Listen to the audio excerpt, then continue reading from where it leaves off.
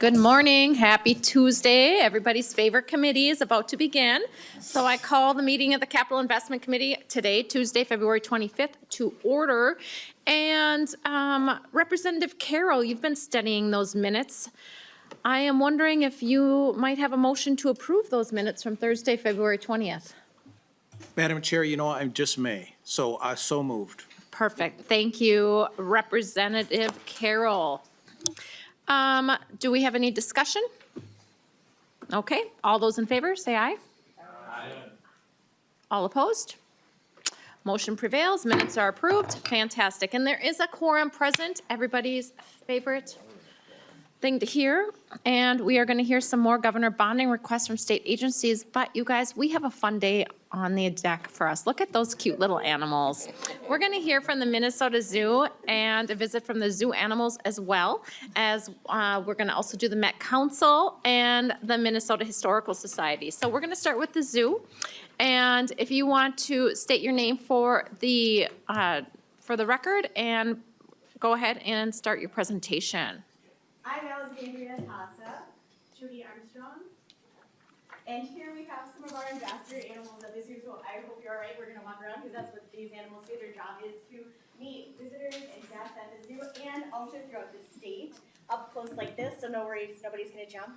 But this is quite a treat. One of our ambassador animals, it's actually a really popular one. It is a Solomon Island skink, S-K-I-N-K, skink, not stink.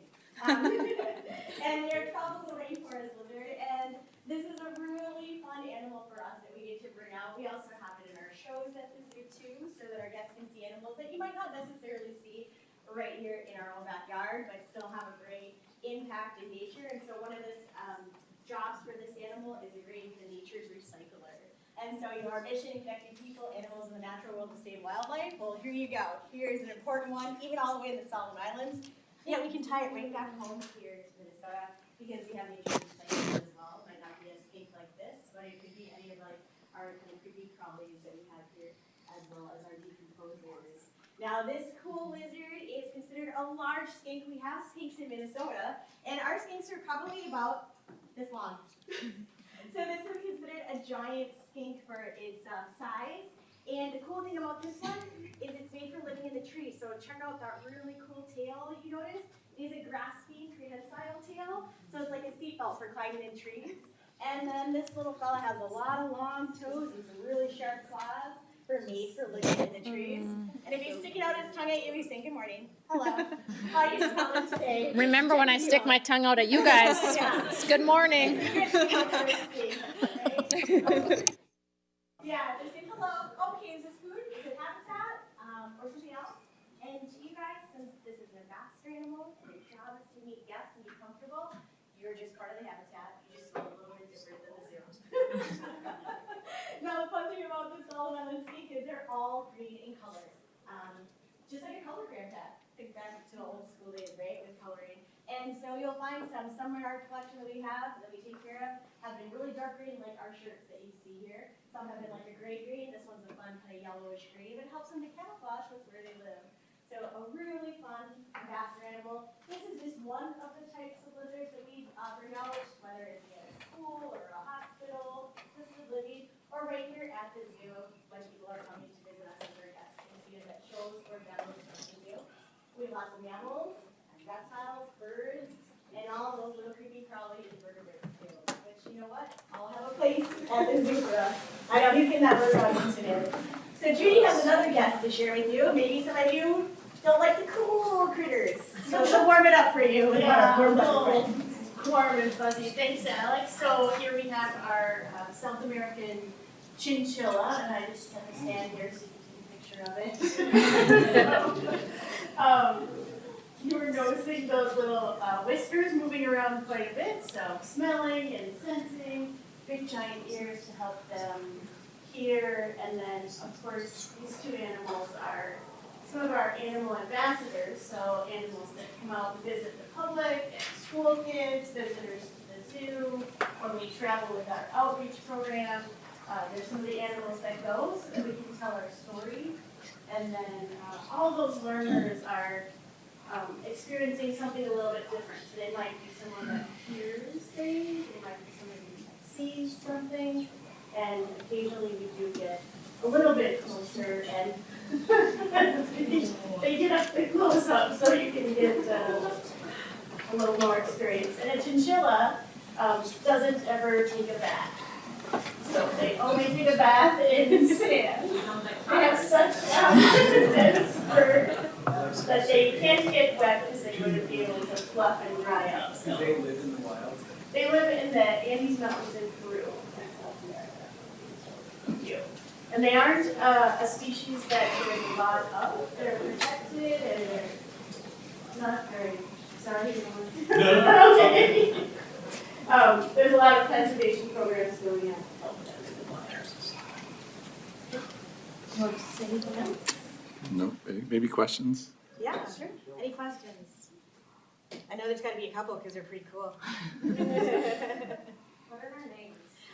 They do, that's a great question. So the zoo has a number for everybody, just like we have a social security number, right? But we do give them names. This is Pepper because Pepper has speckles, like pepper flakes on there. And then Judy has Nimbus, after a cloud, because they're so fluffy. They have such light fur, folks, that when their hair goes off, it doesn't straight fall to the ground. It actually goes airborne first because it is such fine hair. We have 1 hair per follicle that's coming out. They have 60 because where they live is quite different from our tropical lizard. They live in the Andes Mountains, like Judy said, so they need to have that built-in fur to keep them warm. It's winter every day where they live, so Minnesota in the wintertime is fantastic for them. But that's also why they don't take that bath that Judy mentioned, because they get wet. It's like you wearing a wet winter coat outside, not figures. So yeah, really cool fur for them. Yeah. Great question. Any other questions about them? Favorite colors? So, thank you guys. Madam Chair, committee members, I personally want to thank Judy and Alex. As the director of the zoo, we're very proud. They've been traveling, I don't know their tenure, but how many years have you guys? 20, 20? 30. 20 and 30 years. They've been bringing animals to people that cannot get to the zoo all over Minnesota. A lot of hospitals, a lot of nursing homes, a lot of special care facilities. So I just personally want to thank them so much because I've seen them in action a lot and they're really great. So thank you guys. Thank you. Okay.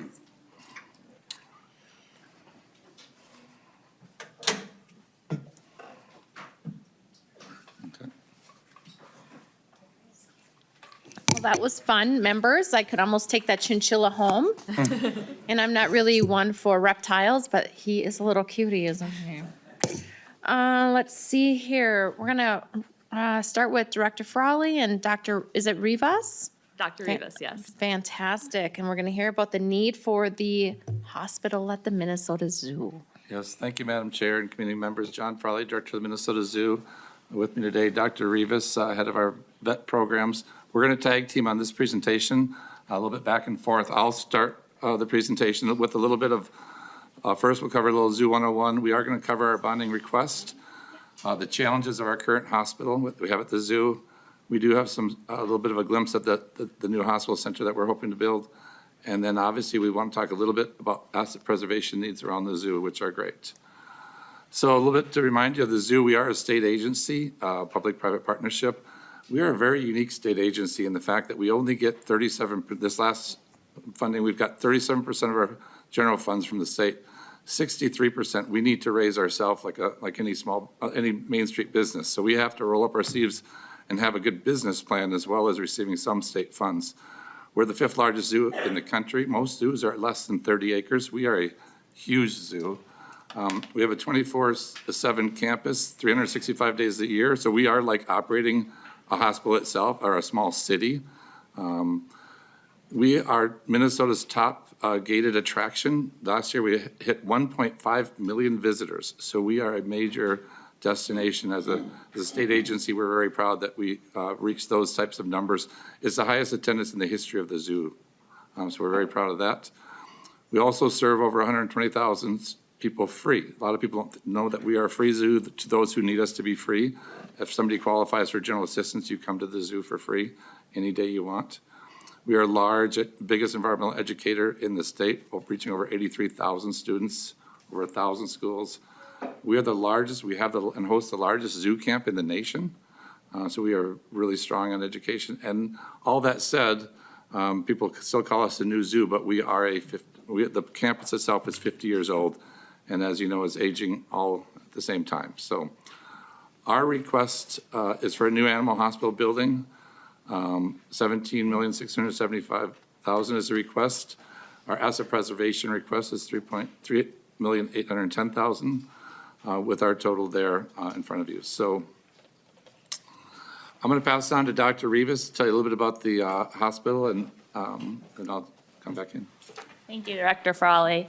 So as he said, our campus is approximately 50 years old, and the current hospital was the very first building built at the Minnesota Zoo before anything else opened up, which is why we are now having this mission-critical project to replace the outdated facility.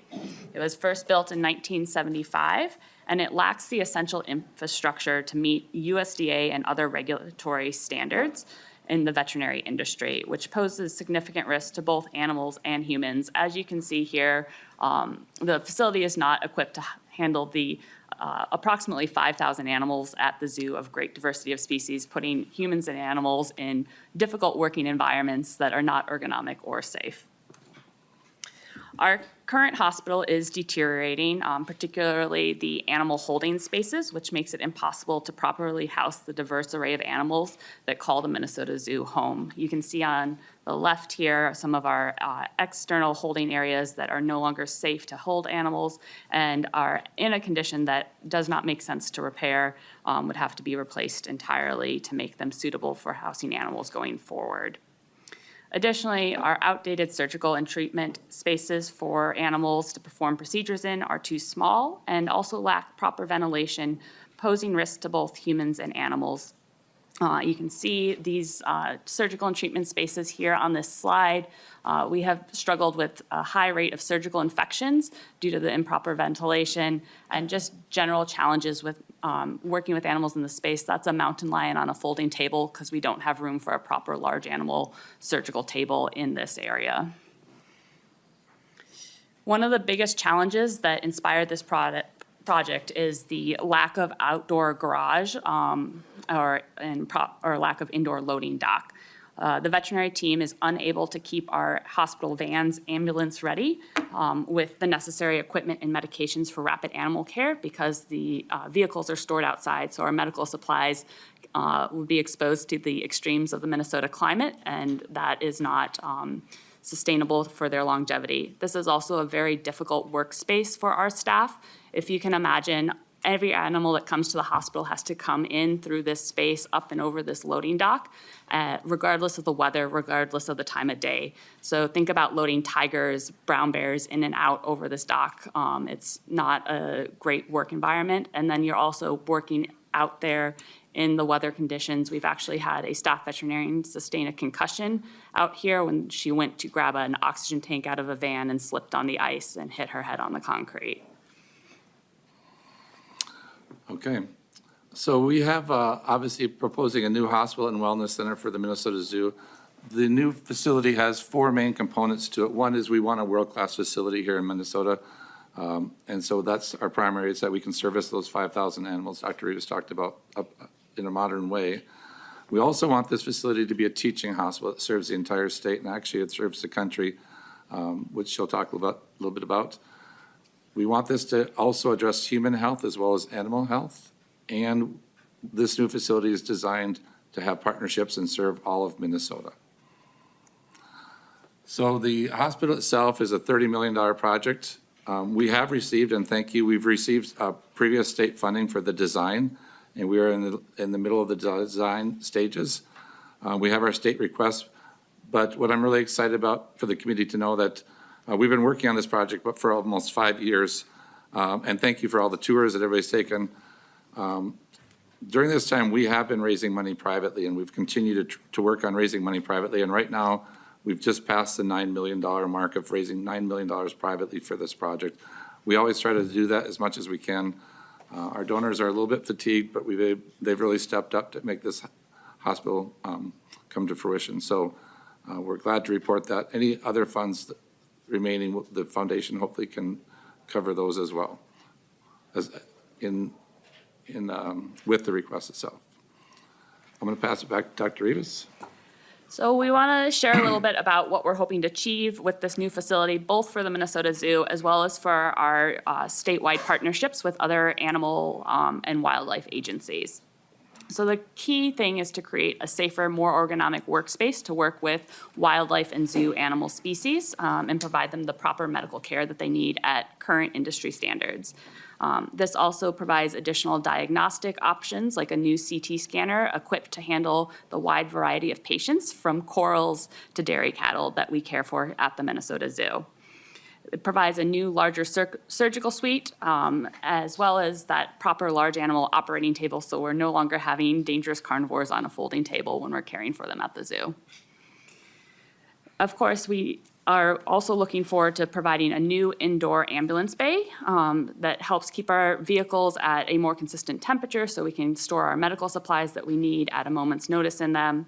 It also allows features for safely transporting animals in and out of the hospital. And again, this is not just for our Minnesota Zoo animals, but also our partner agencies that may be bringing their animals to this facility for that higher level of specialist care. And it will be centrally located on the zoo grounds. The current hospital is over a mile away from the main zoo. It was built as a quarantine facility, and it makes it hard to provide urgent and emergent care for animals at the zoo. We are also looking to provide updated animal holding spaces that are safer for the animals as well as the people taking care of them. These are to serve as recovery spaces for animals that are convalescing, coming back from illnesses or injuries, rescue animals that the zoo takes in to help our other state partners, as well as quarantine spaces for new animals to make sure they don't bring diseases with them to the zoo, and treatment spaces for those animals while they're in hospital, along with updated monitoring equipment like cameras that allow us to watch these shy animals remotely to better understand how they are coping while they're in our care. One of the key features is to make this into a teaching hospital for our zoo guests and Minnesota residents, as well as people throughout the country. This provides viewing areas for the public so they can observe procedures as they are happening. And this includes routine zoo guests as well as school field trips.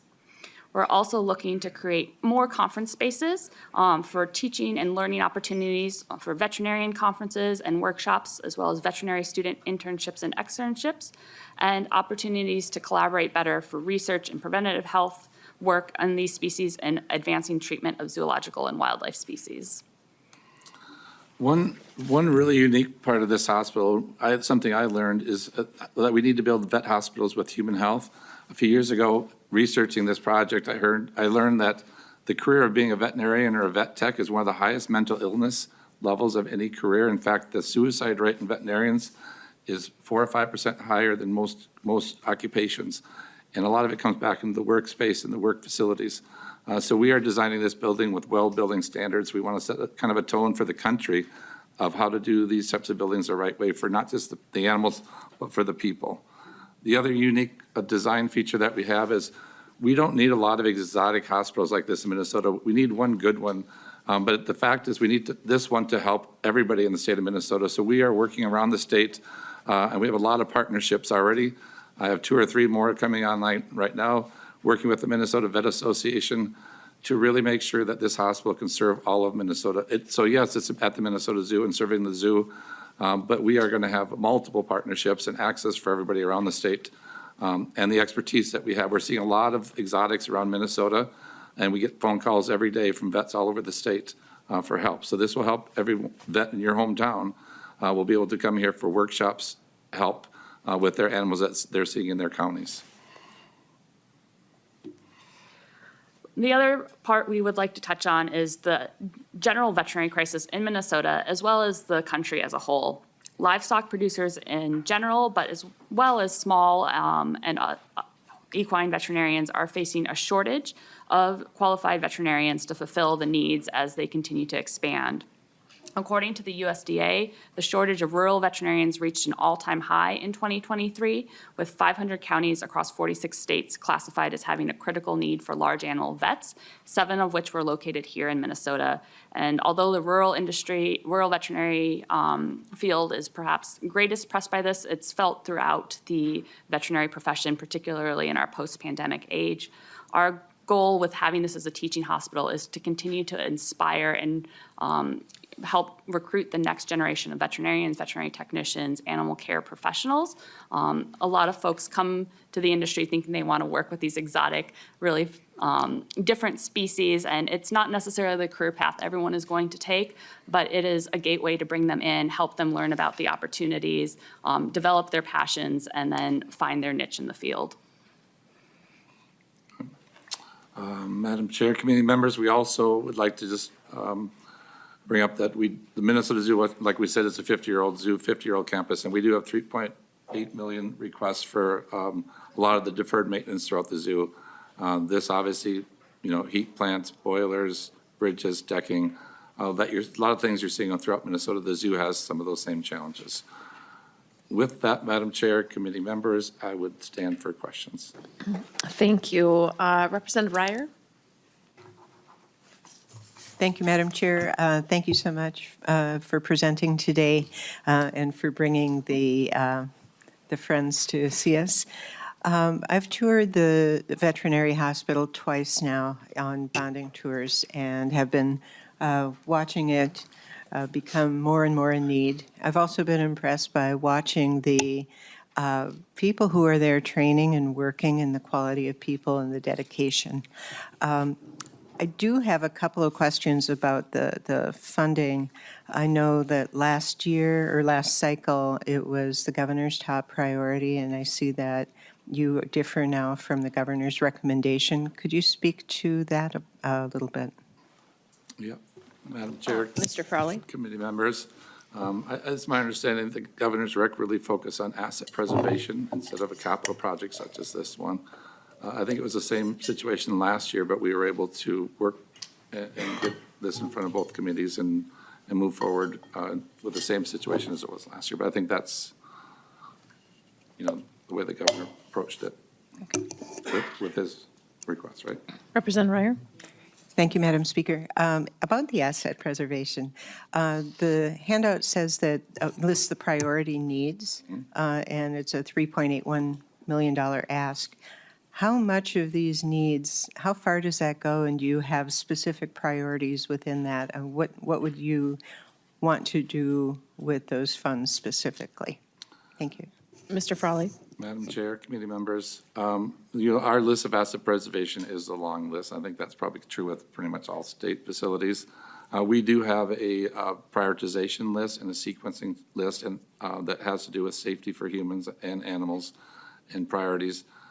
Some of the top needs of that 3.8 million right now is our boiler system at the Minnesota Zoo I've just found out it failed this last year. And I found out that it was bought used 42 years ago at the zoo. So it was an $850,000 emergency fix, but that was just a temporary fix. So things like heating, which is a life support system, heat is a life support system for people and for animals. When we have the species that we have, those types of pump stations, heat stations, the boiler systems would be some of the priorities for this year.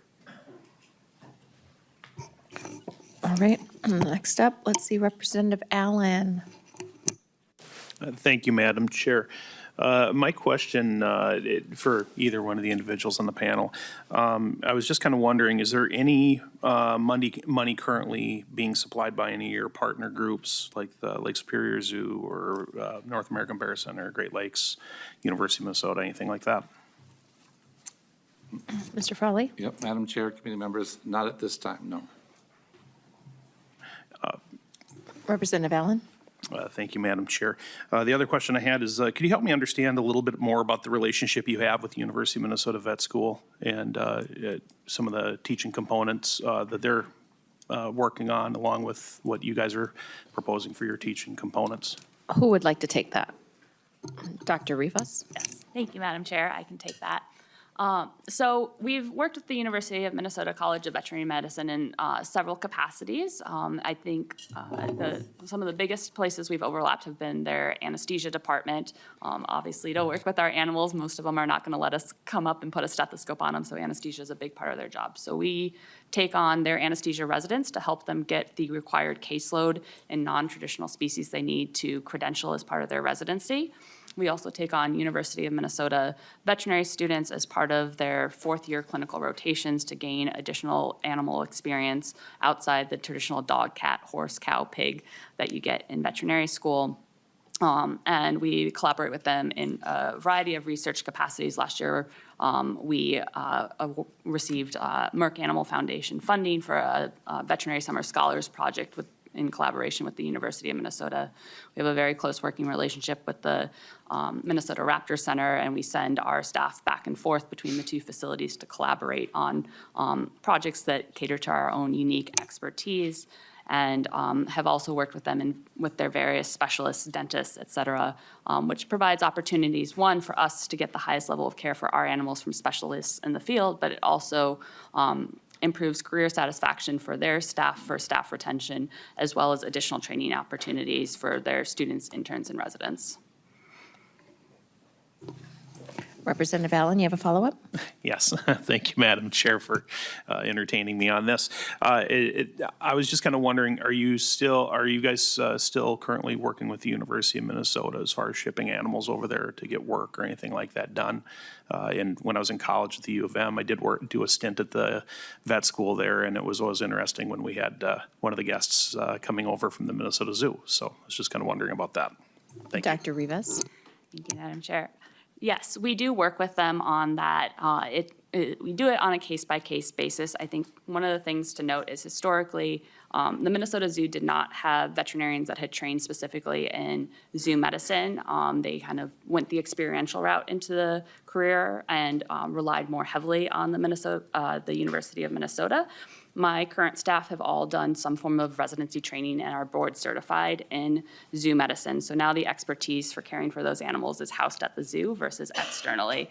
So what we end up actually doing is helping the university more with their non-traditional species versus our animals used to go to them. We help them more. That doesn't mean we still don't work with them. We do have a number of domestic species through our Wells Fargo family farm.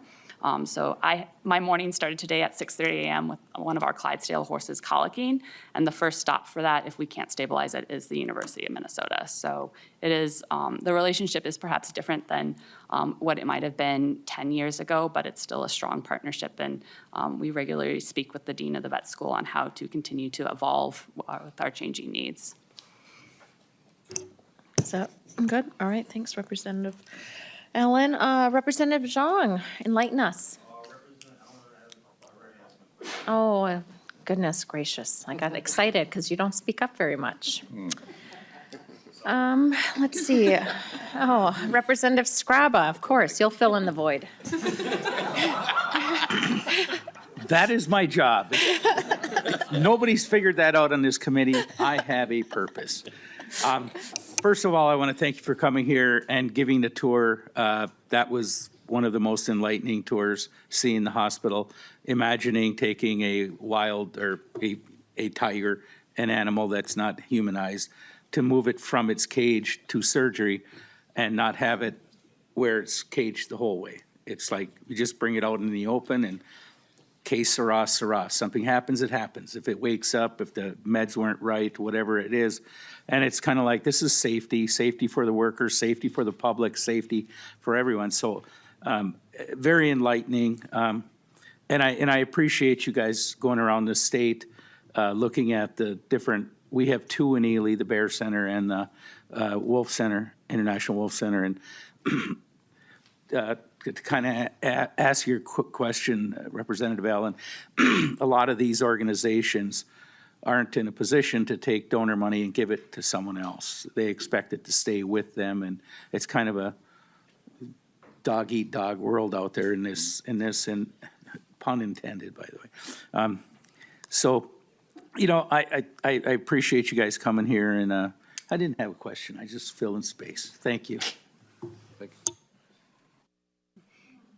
All right, Representative Lilly. Thank you, Madam Tough Chair. to follow up Representative Scraba, but Yeah, mine will be a little similar, I guess. So I've been on a bunch of tours to your place, and, you know, and I guess generally mine are more comments. I think you've been really good stewards of the money that you receive through this committee and through Legacy, and kind of a testament. So I have no doubt that you'll spend the money well. had an interesting opportunity this summer, which I never had because I've always been on the daily side, but went there for one of your concert series this summer, and it was a totally different venue. And what a great place to be in at night. You know, there's different activity, and it was a little bit more adult. Not that I don't like kids, and being there with my grandkids, but it was pretty fun for the concert and walk on your skywalk, and just even got a camel ride. So that was kind of pretty neat. But anyways, thank you for being good stewards of the money. Hey, does anybody else have any? Oh, Representative Fogelman. Thanks for coming today. It's always fun to have the zoo here. You've asked for this money. I know the last biennium, when I was here, you asked for that. And here we are again. If you don't get that money for this hospital again this time, what's that going to look like going to the future? I mean, how long can you keep going in the facility as it is right now? Madam Chair. Mr. Frawley? Committee members, thank you for that question. That's a very hard question. Literally every single day I worry about this also. I think Dr. Rivas and I share that. We're doing procedures in the field. We're doing procedures where we shouldn't be doing procedures because it doesn't make sense to bring them to a hospital that doesn't work. So it is a continued stress. The staff have done an amazing job. We have increased our vet staff even to be able to counter some of the lack of facilities, but even that puts a lot of stress on us.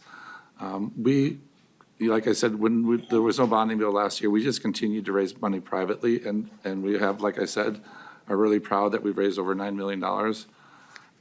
Like I said, that's a hard raise right now with a lot of donor fatigue, so we don't have hopes that we can raise much more. So this is really priority emergency funding for the Minnesota Zoo. We have 5,000 animals entrusted in our care. We have the health of our staff. So I don't have a good answer other than every day is hard to wait. The other thing with this project is this is probably a 1.5 year construction project too. So there is a lot of timing that we're going to have to cover until this facility is built. So timing is urgent, and we've been working on this project for 5 years. So it's been really urgent. So. Vice Chair Fogelman? I see that you have the asset preservation list as 3.8 million is what was recommended, and you have 67 million in deferred maintenance. If that would get funded and the hospital didn't get funded, I mean, which one's the more of the necessity, I guess I would ask? Mr. Frawley? Committee members, our hospital is our most critical need right now. Obviously, asset preservation, we have some critical projects that we've outlined with other committee members, like our boiler is, in need. So they all come in the form of life support systems, I think. So these are, what we're bringing to the committee is these top life support system needs. And so they're both, parallel. And so that's, I think, but if, at this point in this committee meeting, I'd say both of those are critical at this point in the session.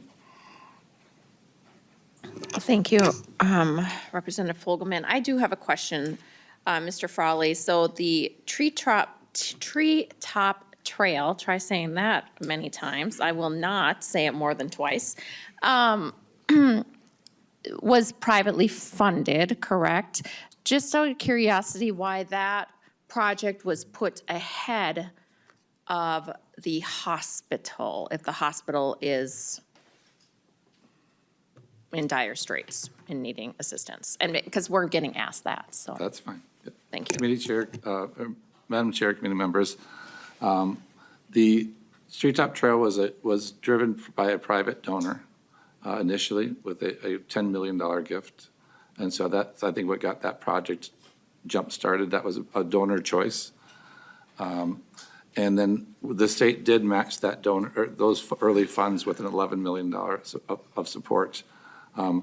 The Treetop Trail, although obviously it seems like a public or a public-facing project and not like an emergency behind-the-scenes project, it also raising 2/3 of our money is privately raised. So we have to have a zoo that people want to come to and continue to drive our gate because we only get 1/3 of our funding from the state. So what we try to do is we try to balance, driving tenants to the zoo and having reasons for people to come to the zoo with, the deferred maintenance and the needs of the zoo as far as infrastructure needs. So it's a delicate balance because we have to we're not fully funded from the state. We only get 1/3. So I think we have to look at each project.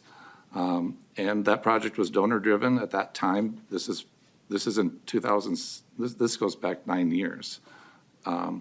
We were also, when we first looked at the animal hospital, when that project was moving forward, the animal hospital, we were looking at a renovation possibly for the hospital, and that took a couple years of architectural investigation, and we found that the hospital was not able to be repaired. So it was a little bit of a timing, but those are the reasons, Madam Chair. Thank you, Mr. Frawley, and that's why you're in the position that you're in and we are not there. So thank you for the work that you do. A lot of decisions to make, I assume, that are not very easy too. Representative Carroll, and then unless there's other member questions, Representative Carroll will have the last question. Thank you. So Thank go you, right Chair. ahead. Yeah, we're saving the best for last Well, I don't know about that, but I appreciate it. until we have to. So I see we have some FFA kids here, and thanks for coming. I grew up with FFA in my community. I grew up in a small farming community. I was a town kid, though. I wasn't a farm kid. And so there wasn't a rivalry between them, but there was a difference. And so I appreciate the FFA. And because of that, we had a vet in town, and he did both large animal and small animal. And as I recall back then, there was a shortage of veterinarians. And this is kind of a convoluted question, but it made me think about what you guys had said in terms of the need for vets. And are you doing anything in your capacity to help increase veterinary student capacity? It's a very limited enrollment. There seems to be a growing demand. And what, if anything, is being done? This may be out of your realm, but nonetheless, I wanted to bring it up. Thank you, Chair.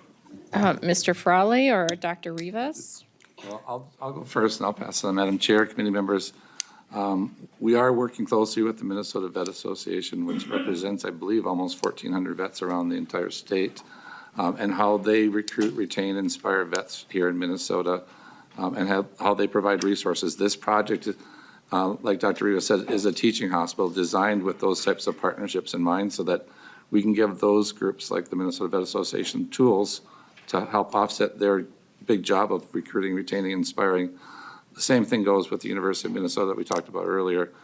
We're meeting with them on a regular basis with this project to make sure that the design of it helps answers and delivers some of the solutions for those problems of recruiting, retaining veterinarians. But I'll pass it on to Dr. Reeves. She's a veterinarian, so maybe she has her own points. Thanks, Director Frawley. Yeah, so I think, yes, there's two key components here. One is recruitment and expanding training capacity for bringing up the future veterinarians. The second is retention in the field. We have talked a lot about, as a profession, especially in our post-pandemic years, it's a very challenging profession. There's a lot of pressures on them. We touched on in this presentation the mental health strain on the profession. And so we are one small facet of the profession in zoo medicine, but our hope is having this facility is another opportunity to just provide an increased support network for veterinarians in the state. You can imagine you're a small town veterinarian and one of your clients calls up and they've got their bunny rabbit's not doing well, but you're a dog cat vet. And rabbits are hard if you don't take care of them on a routine basis. And you're out there on your own trying to figure out what to do, trying to keep your client happy, and having a support system that you can call on when you're faced with these species that you're not as familiar with, and having that backup so you don't feel like you're out on your own is one of those ways we hope to continue to support veterinarians in the state of Minnesota, because traditionally there hasn't been a really strong network of non-traditional species training in this state, and that's part of why we've been building that relationship with the University of Minnesota, is to help strengthen that aspect of the curriculum and continuing education for veterinarians once they're out in their careers. All right, well, thank you so much for presenting today in front of the committee, and thanks for bringing some friends with you. Appreciate your time, and we'll keep you posted as the bonding process moves along. Thank you. Thank you. Thank you. All right, let's see. Next agency we're going to hear from is the Metropolitan Council.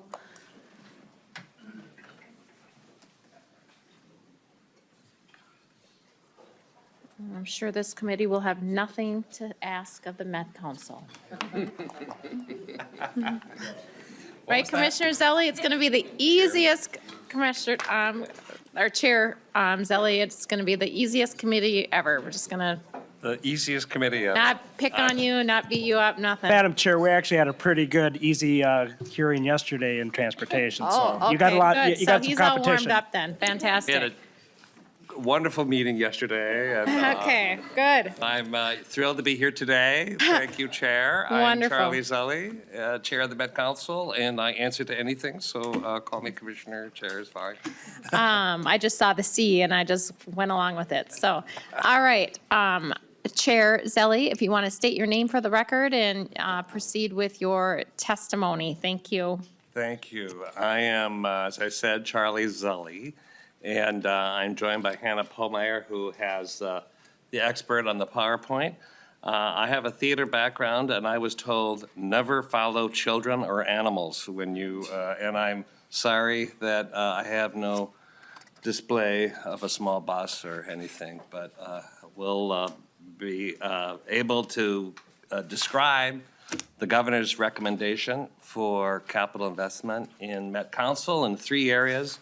They are the $15 million for a busway capital improvement program, $4.6 million for something we call inflow and infiltration. I know many of you are very familiar with that as part of our environmental services program.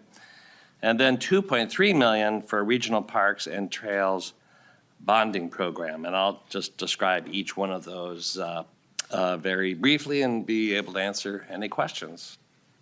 First off, you know, we've certainly learned a lot, particularly over the past few days, that there's a lot of different modes to our transit system. And there are even differences in our bus capital program. And just as a refresher, among busways, and I don't mean the regular day in, day out local bus system, just the transitway system has arterial bus rapid transit. That's all those busways with a letter. Then there's highway BRT, which is buses like the Orange Line, the Red Line, that operate primarily in easy pass lanes on the highways. And then there's guideways, which is really exciting when you think about the Gold Line, which is opening in a matter of weeks from Woodbury to St. Paul. And that has dedicated right-of-way kind of adjacent and then sometimes on Interstate 94. So there are really 3 different busways, and now, you know, we're looking at some of our ABRTs that actually have some dedicated areas among its routes. We have 3 ABRTs operating currently. ABRTs, arterial bus rapid transit. We have the A line, the C line, and the D line. And I have to say, they are very successful compared to our other modes. In fact, that they really are back to pre-pandemic levels in the A line and the C line, the D line. And we have now kind of a program of at least 8 of these ABRT lines really either open, under construction, or in the serious planning stage. The B line and the E line will be opening up later this year. So for the first time for Met Transit, we're actually opening 3 transitways this year, and which is quite remarkable. And I think that the benefit of it is that there truly is now emerging a network of these transitways. So it's not just about one line, it's about how they all fit together. And this bonding proposal would bring kind of a key piece of the funding for the H line. The H line is in the planning stages now, goes east-west along Como Avenue in Maryland, from Minneapolis all the way to the Sunray Shopping Center east of St. Paul. And important to note that when you talk about that network, it crosses 12 other transitways along the way. And Sunray is a key hub for the Gold Line that's opening in a few weeks. So to give you a sense of the financing, we have already 60 million secured. 25 million of that is federal funds through our regional solicitation. And then we believe this $15 million would be a key local match to a federal small starts program to bring in the full funding that's required of about $120 to $150 million. So we actually accomplish a lot for that $150 million when you think about the length of this line, 17 miles, and the number of connections it will make. You can see a map of where the H line is going, and that is, I can always be open to questions later, but that's the H line. On to inflow and infiltration. We don't, spend a lot of time talking about the lack of capital in our wastewater system because it is well capitalized and in a good state of repair. It is truly the interstates of our metro area wastewater is underground, out of sight, on a fee basis is one of the most efficient systems in the country, in part because smart people years ago separated the stormwater from the wastewater, and it really preserved the capacity of that wastewater system so large weather events don't flood out our wastewater system. We were able to contain it. One of the areas where fresh water, rainwater seeps into that system is through cracks and a deferred maintenance of municipal pipes, which are part of the whole system.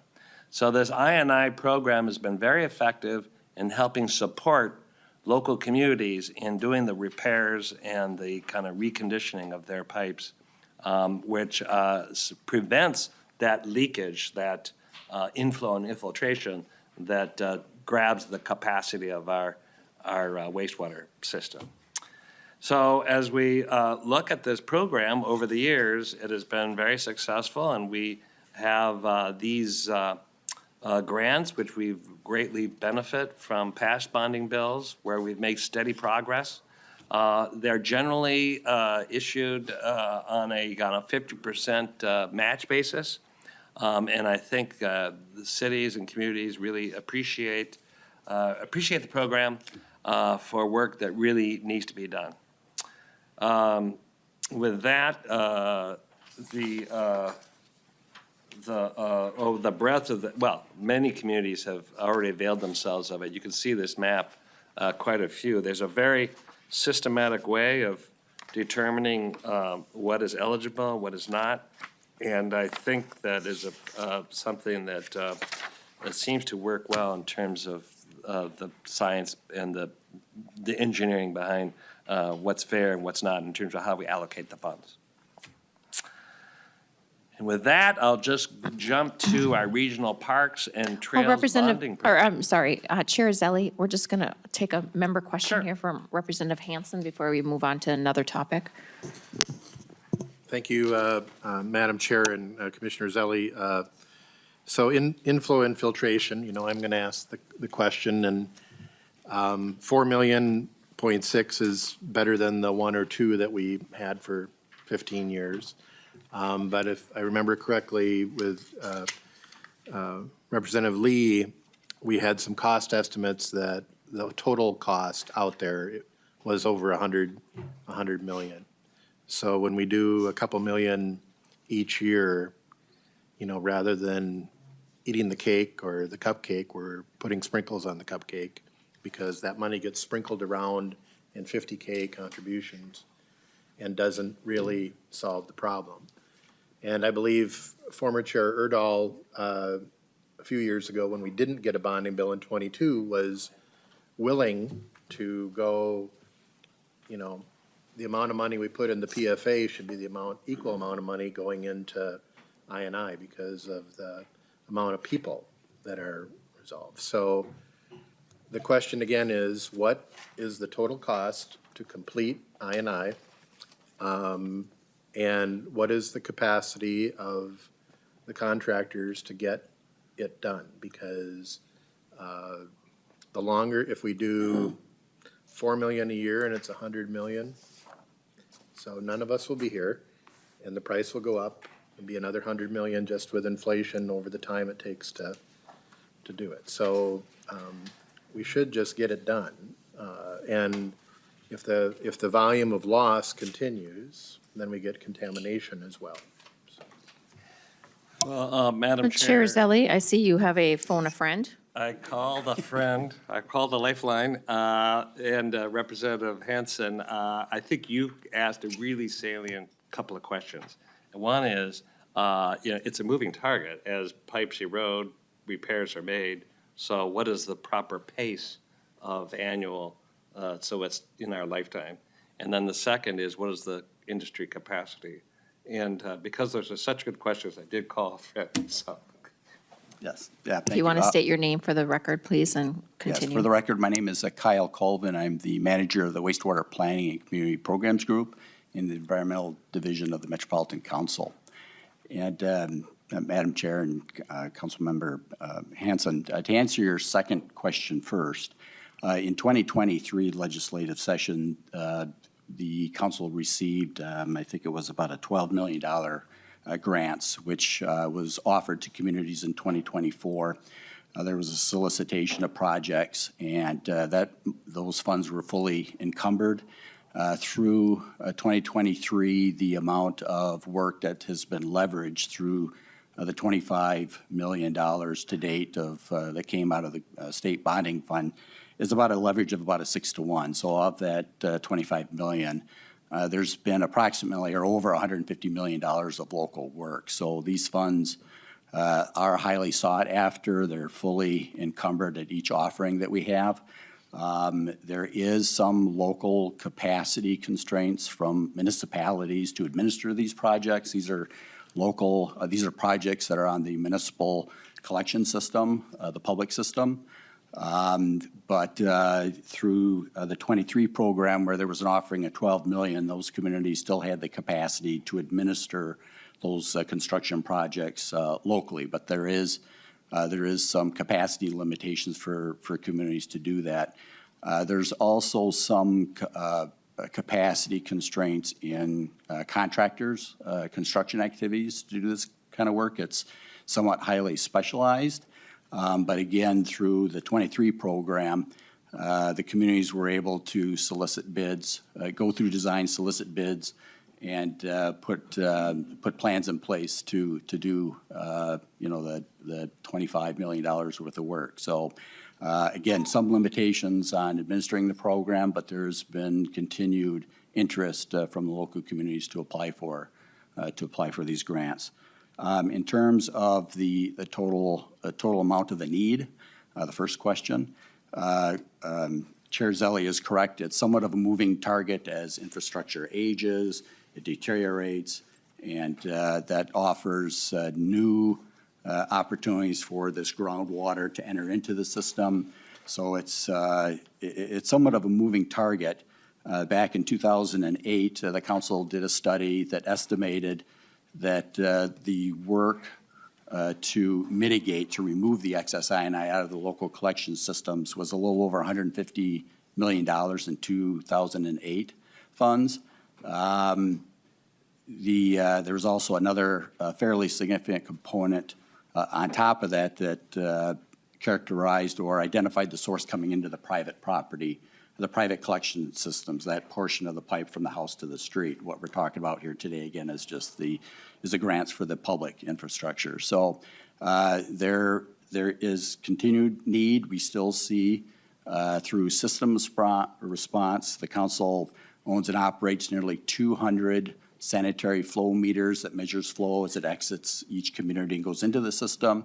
After storm events, we can measure that, those meters measure flow 24 hours a day, 7 days a week, 365 days a year, and we can detect when communities have excess level of I&I coming into the system. We still have that today. The number of instances where that occurs has drastically decreased since the inception of the council's program in 2004, but it's still, the system still demonstrates, in some communities still demonstrate this susceptibility of the excess I&I coming into the system. So I hope that answered your questions. Representative Hansen. Thank you, Madam Chair. I think for Newport alone, it's about $14 million for a town of 3,000 people. And the pipes are in bedrock down near the river. When the flooding goes, it goes over the pipes. And I just want to point out before somebody says, well, our community's paid for I&I, is I believe that when the stormwater separation from the sewer separation was done, I think that that was totally paid for by the property taxpayers in those communities. So no cost share, no assistance. And in the community I used to represent in West St. Paul, there were still wooden pipes that were moving water. So the leakage was pretty good on 100-year-old wooden pipes moving wastewater. And at that time, to extend the $1 million, there would be 50% cost share on seniors that were in old houses in the older part of the community. So I would hope, Madam Chair, that there is some equality when there are investments made in wastewater. If there is 80 or 90 or 100 million to the PFA and 4 million, 0.6 to the metro area, that's not equal. And it should be.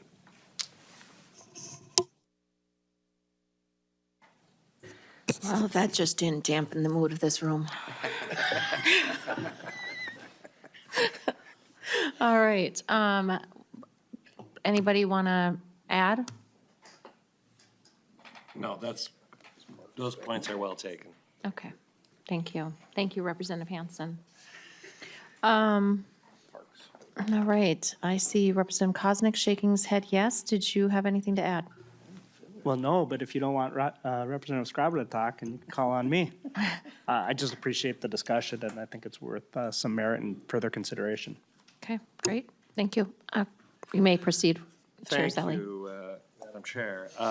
Going into our regional parks and trails bonding program, this is clearly a very also popular program where we distribute funds to the implementing agencies for capital investment. And it's very important to note that the council matches $2 for every 3. So this 2.3 million will add an additional 1.53 million in regional funds that we get from our limited property tax. And just a word on this regional park system. Implementing agencies, yes, but this is as much as 55,000 acres of parkland, 500 and growing miles of trails. And we heard the zoo talk about attendance. We have nearly 70 million people visiting these parks. It has really grown over the past 5 years. People have discovered the outdoors and the necessity for the outdoors and recreation in our metro area. With that, we do have also a kind of a strong consensus among the different implementing agencies of how those funds are distributed. And of that 3.8 million, this is kind of how In the slide, you can see how it would be distributed on a formula basis. So that are the highlights of our capital funds requests on behalf of the governor. And if there's any additional questions, we're happy to stand by. And there are other Met Council experts here that I could call on. Fantastic. Instead of who wants to be a millionaire, who wants a bonding project, right? Okay. Let's see, Representative Allen. Just like Representative Kosnick said, if you want to keep Representative Scraba from talking, jump in. So I did. I'm coaching both. Let's make sure our comments are relative to today's discussion, though. Madam Chair, I had a question around the Regional Parks and Trails bonding program that you have. You guys say you're covering close to over 65,000 acres of protected land. Of that land, how much of that is in joint partnership with like the Minnesota DNR or along that end of it? Chair Zelli. Lisa Barajas, who's here, is our executive director of our community development, which includes our park program. DNR is not part of these programs, and I'm going to show off to Lisa that I do know that. And really important that the metro area, which has so many visitors, we are funded very differently than the state park lands in greater Minnesota. You can add. Thank you. Please state your name for the record. Thank you, Madam Chair. Lisa Barajas, Executive Director of Community Development at the Metropolitan Council. There is a lot of partnership with the DNR in the delivery of programs and services throughout the region, as well as in connecting trails to one another. But the land that the regional parks implementing agencies own is wholly owned by them and operated by them, and sometimes with other foundation partners that help put on programs. But largely, by and large, DNR operates independently, and the parks implementing agencies operate independently of one another. So the lands that you see depicted on this map are the lands owned by the implementing agencies. There are a lot of state agency DNR-owned properties within the metro area that are not on this map, and sometimes are contiguous with some of the regional park lands, but are largely for conservation purposes. Representative Allen. Thank you, Madam Chair. So why is that? Have you guys not explored any kind of partnership with the DNR, or is, could you explain a little, just help me understand that a little bit more? Thank you. Thank you, Madam Chair. Okay, can you help me with the pronunciation? Of my last name? Yes. Barajas. Barajas? Okay, thank you. Go ahead, Ms. Barajas. Thank you. The establishment of the regional parks system happened in the 1970s, and the intent was essentially to serve as the state park system for the region, especially with a rapidly growing population, not just in the 1970s, but continuing today. We are expecting to continue to grow by 650,000 residents by 2050. And we see our parks visitation continuing to grow and outpace our population growth as well. So the establishment of those programs was meant to be independent of one another, but still jointly working with one another. I know legislators who also serve on Legacy Committee know how much we coordinate on a number of projects and work together to create a seamless outdoor recreation experience for residents and visitors to the state of Minnesota. So essentially, the council manages, by and large, with our implementing agency partners, the recreation and open space needs for the 7-county metro area, and the state of Minnesota, the DNR, working with the Regional Parks and Trails, I'm going to get the name wrong, Commission for Greater Minnesota, working together, serve the outdoor recreation needs for the remainder of Minnesota. Thank you, Ms. Barajas. We have Representative Carroll. Thank you, Chair. So I have a bill to provide funding for Three Rivers Park District, and I see you're your chart here. As I recall, it's a $25 million bill. And this, your chart has proposed funding for $849,000, woefully less than what the need is. And I know there's a lot of competing demands. But what's your plan to address this particular park as well as others? It's a jewel in the area. A lot of people come there, as you mentioned, and we don't have any state parks around us, so this is essentially our state park. Thank you. Madam Chair. Ms. Broadus? The proposal for state bonding matched by regional bonds as well as the other state funds that we receive are essentially the foundation for funding the capital needs for building out and continuing to develop the system. A lot of the agencies, however, because they otherwise are largely independently and locally funded, still have similar needs to like what you hear from the Minnesota Zoo about maintaining or investing in the existing portions of the system or modernizing them and updating them for program needs for today. So we still see our implementing agency partners needing to ask for one-time investments that help address those needs that are either from deferred maintenance or to modernize items that we are not otherwise able to fund through our foundational types of funding. We're both growing the system and trying to reinvest in it at the same time. Thank you, Representative Carroll. All right, members, we got about 5 minutes, and we're going to have to get on to the next topic. Representative Koznick, and then we have Lee. Thank you, and real quickly then, just to kind of piggyback off of the buses and flushes, you're doing that well. Yesterday, we talked about terminating the North Star service. The savings from that, how does that interact with your request for the $15 million? I know eventually, not this budget year, but just give us a quick, how would that interact? Thank you, Representative Koznick. Great question. Chair Zelli. Thank you, Madam Chair and Representative Koznick. The savings from transferring from a very expensive commuter rail to bus would allow us to continue to operate the operations costs of this entire system. Actually, when you think about Transit Now, which we're about to adopt as Met Council next month, has both increases in our frequency of our regular bus system and permanently eliminating some bus routes, which gets less notoriety, but is important to do, that we both cull a system and expand a system where it's needed. And all this diversified revenue that we have funded this system really is primarily taken up by the cost of operations.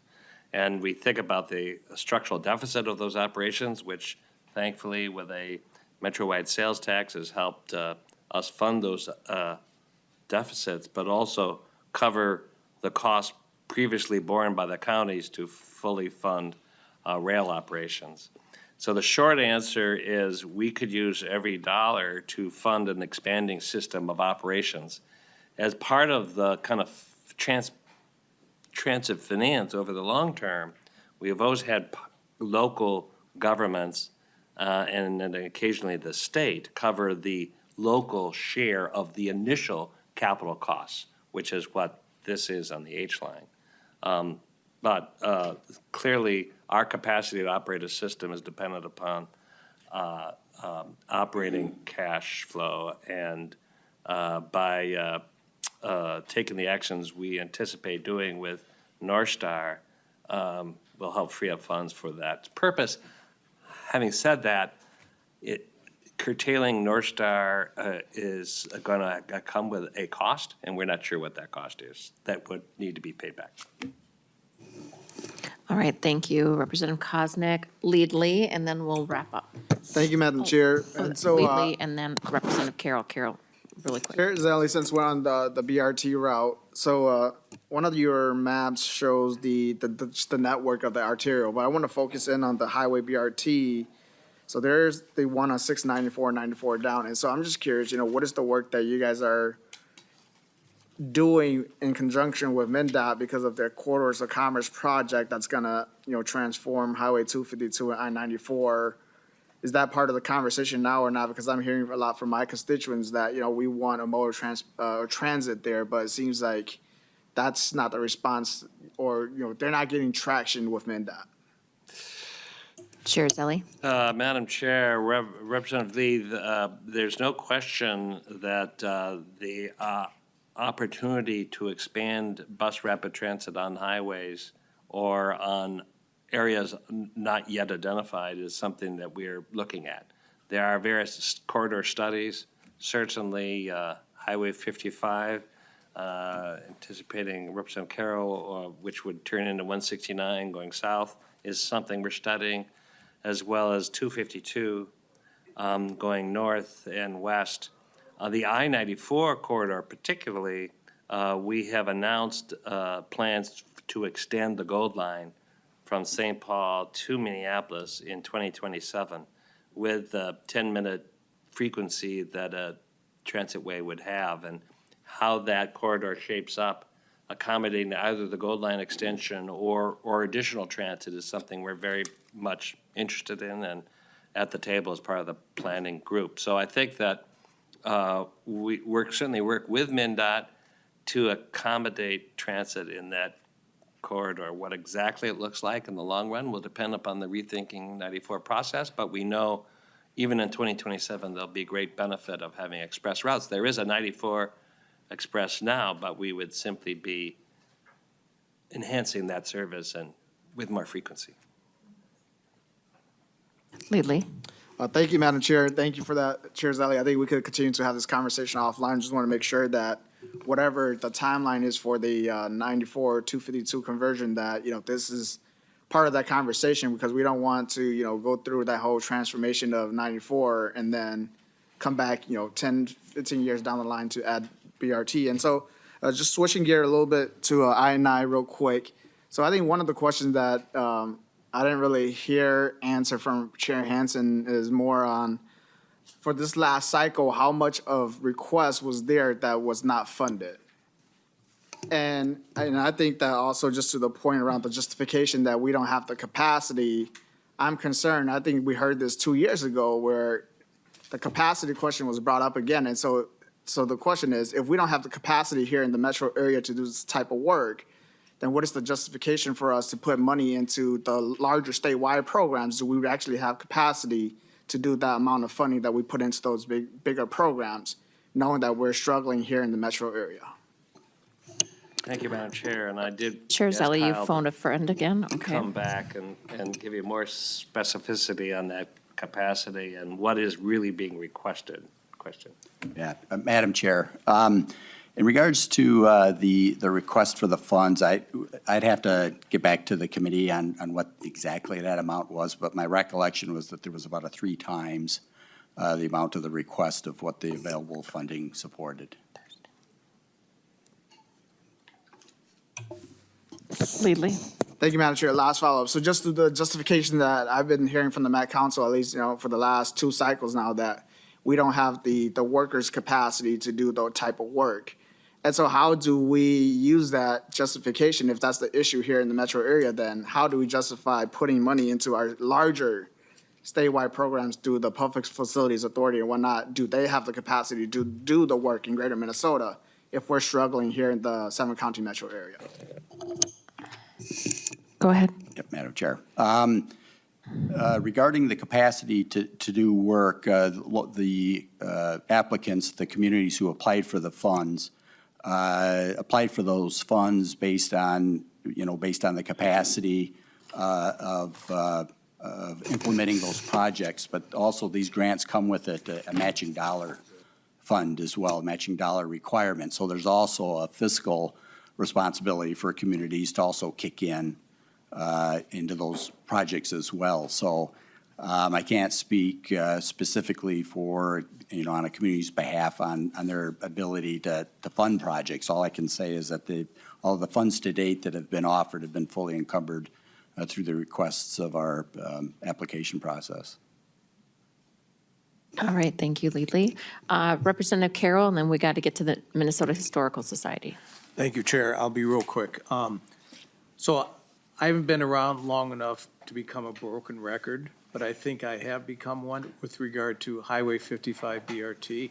And if you look at your transit map, as I've mentioned before, it's a desert in the west-northwest area. So you say you're studying it. I thought it had been studied plenty before, but what's the status of the study, and when can we expect buses to roll? Chair Zelli, great question. Thank you, Chair and Representative Carroll. I could probably get more specific in terms of timing, and I don't know the answer to that, so I'd have to get back to you. And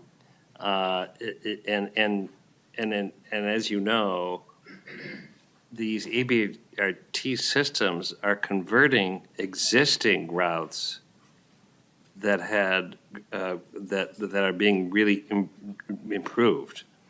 So a Highway 55 and an opportunity, as I said, in areas which have no transit service, and they are in transit deserts, and there's not just a strong interest in Met Council, but some of our county partners and others who want to identify it as a priority. So it doesn't show up on our map, but it definitely shows up on our minds. But I'll come back to you with a more specific timeframe. Hey, Mayor, just follow up. All right, So what's the Representative Carroll. status of the study for 55? And why are we continuing to study it when there's demonstrated need? Chair Zelli. I got to call on another lifeline. Who hasn't made an appearance? All right, and then we have to go because we're creeping up, and I don't know if anybody wants extra credit after this. Staying late tonight. Great. Thank you, Ed's Madam buying Chair. dinner. Sorry, Madam Chair, I didn't mean to interrupt. Please state your name for the. My name is Judd Shetland. I'm the Government Affairs Director for the Met Council. The Highway 55 corridor study that was funded in the 2023 budget bill, I think is nearing completion. Our folks are working with Hennepin County on that, and Representative Carroll, after this meeting concludes, I will be able to send you and the rest of the committee an update on the status of that. Fantastic. You're welcome. That's what we're here for. All right. Well, thank you for presenting. Wow, people did have some questions for you. I'm shocked. That just means we all like you. That's I'll leave on a happy note. Thank you. You're welcome. Have a great day. All right. If the Minnesota Historical Society wants to make their way forward, we have Director Whitworth and Mr. Kelleher with us today. So welcome to the committee. And if you'll please identify yourself for the record, tell us who you represent, and you may proceed with your testimony. Thank you, Madam Chair. My name is Kent Whitworth. I serve as the Director and CEO of the Minnesota Historical Society. With me is my colleague, David Kelleher, the Vice President for Public Policy and Government Relations. Madam Chair, Lead Member Lee, and members of the committee, we thank you for the opportunity to present briefly on the capital investment needs of the Minnesota Historical Society. And before we get started, I also want to thank many of you for taking full advantage of stops at MNHS historic sites across the state. Many of you have visited our historic sites and museums, and we hope that you have found those stops enjoyable and meaningful. And as you plan future bonding tours, we've got plenty of options. As many of you know, we've got 26 different sites open to the public, well over 150 buildings. And so we hope to see you at different locations in the coming bonding tour season. So today we are going to provide a brief overview of who we are and what we do, and then we'll dive into the significant capital needs within the historic sites network of the Minnesota Historical Society, and also talk a little bit about the needs at the Minnesota History Center, as all of you know, which is right down the street here in St. Paul. Simply stated, our mission is to serve all the people of Minnesota, and we do this by creating a powerful engagement with history, to cultivate curiosity and to foster a more inclusive, empathetic, and informed society. while our facilities across the state are significant historic structures in their own right, in many cases, it's what happens inside those structures that is central to us carrying out our mission. I'm sure you have taken tours in those museums and historic sites. Perhaps you have been a chaperone on a school tour visit to one of our historic sites. Or you may have experienced one of our exhibits. The current exhibit at the History Center is Girlhood. And so I would just encourage each of you to think about the power of place as we talk. Think about a historic building or place in your own history that is particularly significant. It could be significant for any number of reasons. And in essence, as the keepers of Minnesota's Historic Site Network, we're doing the exact same thing that you, your family, your community do when you think about caring for a place that's of particular significance to you. I'd like to say just a quick word about our strategic plan. Today, we understand is not the time or the place to dig into the details, but we're going to leave the information in your handout to serve as somewhat of a reference. But as I want to provide just a little bit of context, and I would encourage you to look at those imperatives and look at those priorities that are driving the work of our organization. Access is at the top of that. Removing barriers so that people can engage with our programs and our resources and our services. Re-envisioning space. This is something that emerged during the pandemic when we were all challenged to think about how we could fulfill our mission virtually. So we are thinking about re-envisioning physical space and virtual space as well. Expanding authority and expertise is all about us holding the stories we tell open-palmed rather than with a clenched fist, and partnering with others who should in many cases be telling their own stories. And so all that is super important to the work we do at MNHS, but unless we're focused on creating a sustainable future, that's all at risk. So you're not surprised, I'm sure, to see the fourth strategic imperative at MNHS is talking about sustainability and aligning our human and financial resources with the priorities of our mission delivery. So in the 2025 legislative session, we are focusing on 3 areas in our capital budget request. And we'll spend a few minutes on each one of those, but I'll just introduce them. Asset preservation is an evergreen need of ours and obviously of our colleagues from that you've heard from earlier in this hearing. A second priority for us in this session is a county and local historic preservation grant program. And then third is our preservation and access to history, our PATH project. This is a multi-year undertaking, and right now we're really focused on the care of MNHS collections. So with that bit of stage setting, I will hand off to David Kelleher to talk about asset preservation first. Mr. Kelleher, thank you. Thank you, Madam Chair. For the record, I'm David Kelleher, Minnesota Historical Society. Thanks for the opportunity to talk about our capital budget request this morning.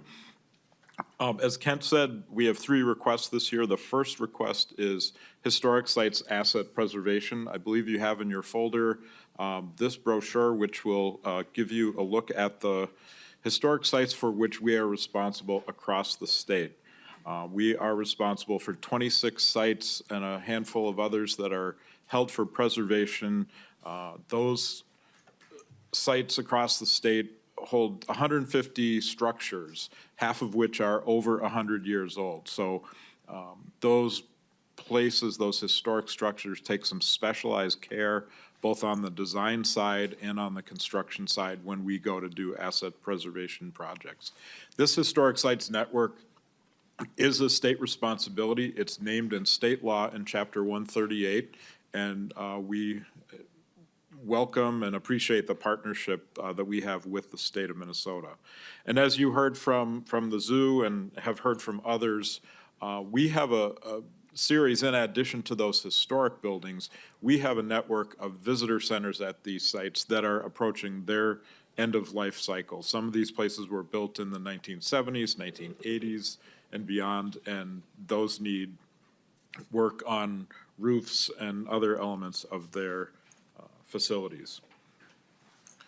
Madam Chair, members of the committee, this diagram is an effort to show how we come to quantify the needs that we have in our historic sites network. And if you look at this diagram and think of it as a bucket of water and rainwater, say, and each year there is an addition to that with asset preservation or general fund maintenance dollars, but yet that bucket of water leaks out every year as buildings naturally deteriorate. And if you quantify that, if you look at the spigot, that shows as 4%. You think of a roof that maybe lasts 25 years, you need enough funding, about 4% when you get to 25 years to pay for that roof. So if we quantify that, our replacement value of our facilities is just under $400 million. If you pull aside, and that includes the History Center, but if you pull aside historic sites and then multiply by 4%, you'll come up with the bar on the right side, the bar graph, and the needs just to keep up with this regular deterioration is about $11 million each year. And you do capital budget bills every 2 years generally, so in that biennial cycle, the need is about $22 million. If you look back at what has been appropriated, the 20-year average, somewhere around $5 million, the 2020 appropriation, around $2 million, 2023, the appropriation got a little closer and is very, very much appreciated. And then our request this year is around $15 million to get to that replacement value for our facilities. Madam Chair, members of the committee, our request for historic sites asset preservation this year is on the screen, broken down into a list of specific projects. Those are prioritized. The governor's recommendation this year is $5.1 million. And if you look over on the column on the right-hand side, that $5.1 million will get where there's an underline underneath the Kelly Farm project on the top of the right, that's where that will get to. And we're showing the list of other projects that need to be accomplished over time as funds are available up to that $15 million need. And of course, we'll be at this again for the 2026 capital budget cycle, which is coming up soon. Madam Chair, members of the committee, here's a list of projects that are in process with the 2023 capital budget appropriations. And this chart, which apologies, is a little bit hard to read, but it gives you a sense of how we do the work of these projects. As mentioned earlier, some of the historic structures take some specialized work to do the design on those. They have reviews of the historic work, and we pace them out with design, bidding, and construction. So we're on our way to doing those projects from 2023. And I'll just quickly go through some images of recently completed projects at the James J. Hill House, Mille Lacs Indian Museum, the Forest History Center, roof of the Visitor Center, and I don't know, we haven't really done a lot of ribbon cuttings for boiler systems and roofs, but maybe we need to do that in the future. Some projects that are in this current request, a roof at the Snake River Northwest Company Fur Post, Mill City Museum, Kelly Farm, Mayo House, Fort Ridgely, and more work at Fort Snelling and Hill House. Madam Chair, we cannot compete with the cute animals that the Minnesota Zoo brought. We thought about bringing a team of oxen from the Oliver Kelly Farm, but we thought that they might make a mess. We thought about some chickens from the Oliver Kelly Farm, but then we thought that might freak you out because of bird flu. So the next best thing we can come up with for show and tell is what's happening at the historic sites. There's nothing alive here. I thought maybe there'd be food. Madam Chair, members of the committee, this is what's happening at Mill City Museum. This is concrete that's fallen off one of the structures at Mill City Museum. It fell off in a non-public area, so no one is in danger, but this is what happens when buildings have a lot of maintenance and repair needs, so careful. Madam Chair, if there are no questions on asset preservation, I'll go to the second request, which is county and local historic preservation grants. The governor's recommendation for that program is $900,000. That's for cities and counties to take care of their most significant historic structures. A match is required for that program. It's a competitive grant process. And here's some examples of recent grant projects that were funded: Railroad Depot, City Hall, Courthouse, the Carnegie Library, and any hockey fans out there up in Roseau, they have a historic old barn-type hockey arena in Roseau that needs a new roof. So, Madam Chair, we'd like to take a minute and touch on the third request, which, as I said earlier, is the Preservation and Access to History Project. We refer to that as PATH. And as I mentioned, the first element of this multi-year project really focuses on collections care. Several of you were able to visit the History Center on last year's bonding tours, and you saw the areas in the History Center that we use for collection storage. This is critical. This is central to our mission. And we are caring for these collections not only for the audiences we serve today, be they scholars, History Day students, family history researchers, but we also are caring for these collections for future generations. As we like to say, we're in the forever business, and if we do not steward these collections well today, whether they are small artifacts or one among the 150 buildings that we steward, they're not going to be there to preserve and to share the story of all Minnesotans going forward. Now, in conversations over the past year, we have looked at various options, whether we purchase and retrofit, whether we build from scratch, or whether we make substantial renovations to existing facilities. And I'm pleased to report that we have sharpened our pencils and we've come up with a project, a refined project that accomplishes three goals. The first is it will lead to the renovation of 1500 Mississippi Street. That's a facility that the state owns, that MNHS uses for off-site collection storage. It's on the east side of St. Paul. The second goal that this project, first phase of this project would accomplish is to build out the expansion space at the History Center. It's kind of remarkable when you think about the History Center being constructed almost 32 years ago. They had the foresight to include right in the History Center unfinished space to accommodate growth needs of our historical collections. And this project would build that expansion space out with HVAC and climate control. And then thirdly, it would renovate existing collection space in the History Center to make them more efficient. And so we look forward to future conversations about the PATH project. And if the committee as a whole or individual committee members would like to visit the History Center, we'd be delighted to host a visit.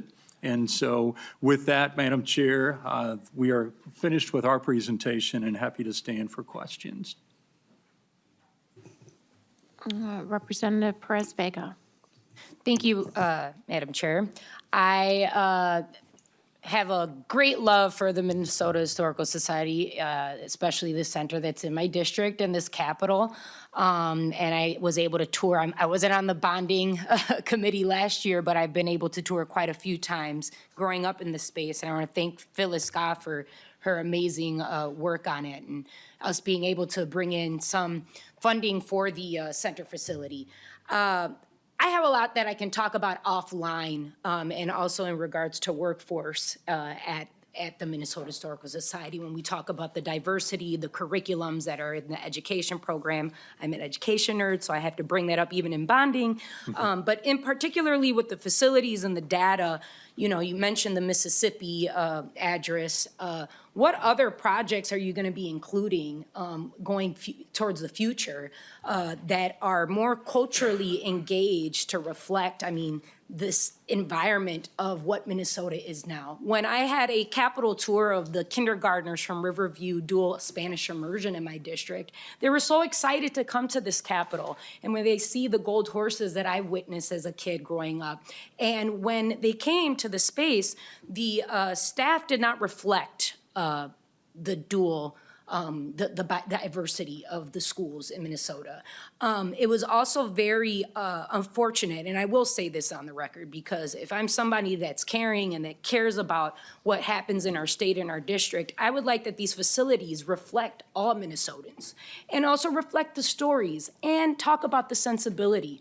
Me and my colleagues here, we may agree or disagree on many things, but we do agree that respect is to be given, and that these sensitive stories of history are to be acknowledged. And so that's something that I want to be I would hope that would be a model of the Minnesota Historical Society, whether it's right here in this Capitol, whether it's going to take a wonderful tour of the Peanuts Gallery, or going all the way up north to the Duluth Lighthouse. All of those things are monumental. So when you talk about the bonding, you talk about that, all of that's money that's building force, building history, containing all of this information on what makes Minnesota so great and how we can make it better.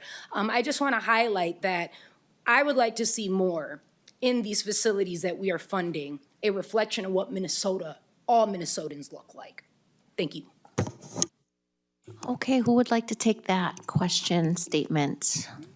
Madam Chair, Representative Perez-Vega, I'm happy to address that. Thank you for your challenge to the Minnesota Historical Society. We wholeheartedly agree and would look forward to talking to you offline and with great specificity, not only about exhibits that people experience at these historic sites and museums, but also other educational programming, whether they're lectures or school tours or publications from the MNHS press that we are striving to make sure reflects the diversity across Minnesota. So I'm excited to say more about that because I feel like we're closer together on that than maybe you realize. So we'll look forward to that conversation. Representative Perez-Vega. Thank you, Madam Chair. I've specified this quite a bit. There's been a lot of email exchange. I've spoken with David several times. I do want to state and acknowledge the mission of MNHS and rectify that they have, underreported marginalized peoples and cultures celebrated in cultural events and months. But those need to be a stagnant of the foundation. Mm-hmm. They need to be continued efforts everywhere from the displacement, the stories. And I really want to urge and put that pressure and alignment that I've been receiving from not just members on our sides of the aisle, but members on all sides of the aisles, is that if we are really putting in our Minnesotans' tax dollars to be paying millions of dollars to these institutions, that we're not just having a letter of, I felt uncomfortable in this space and, oh, kudos to that it's actually being worked on. I want to see it. Mm-hmm. I want to feel it with those kindergartners who feel comfortable coming into these spaces. And as somebody that served on the Capitol Board's Public Engagement Task Force, that was one of the tactics that we wanted to continue and value in that mission. Something that I talk about with, Representative Schultz a lot, who serves on that board, and saying that we want to see these in the spaces that we're funding. We want to see how we can learn and grow so that we can bring more unity in the challenges that happen in history. Thank you. No further. Okay, thank you, Representative Perez-Vega. Did you want to add something to that, Mr. Whitworth? I would, but I can do that offline. Okay, thank you. I'm happy to talk specifically to the representative and the entire committee on that topic. All right. Any other member questions before we go to Leadley?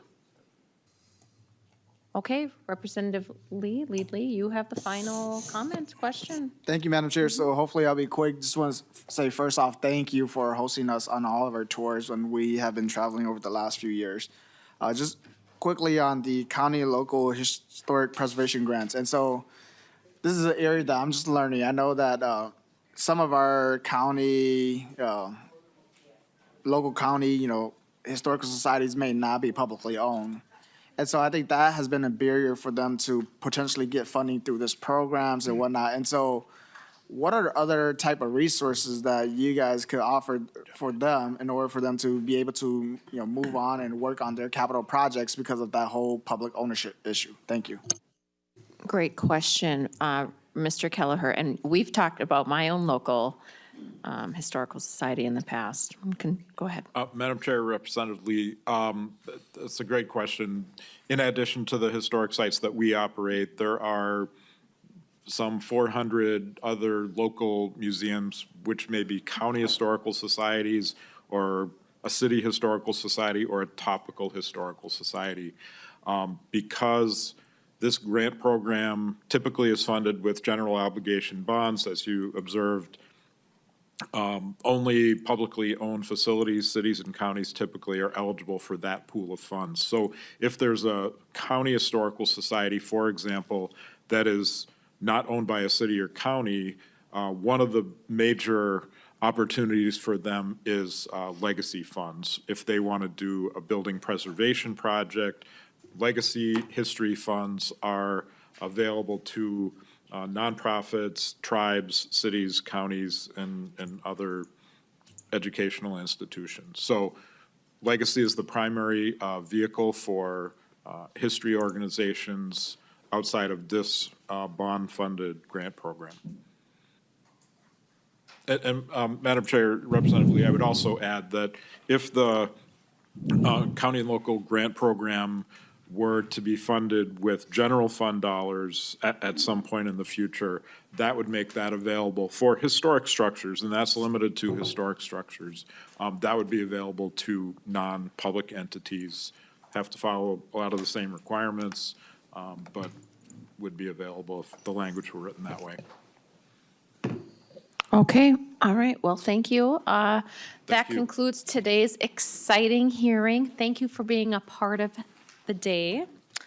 And then, members, if you have questions, feel free to take them offline now. And with that, our next meeting is going to be Thursday, February 27th.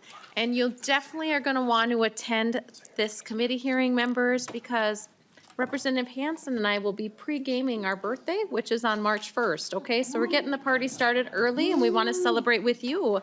So we'll hear a couple more agency presentations, and we have first local project presentations up that we have a couple from the DFL side, a couple from the Republican side, and our bipartisan curate committees. So thank you, members, and with that, we will see you Thursday, February 27th. Meeting adjourned.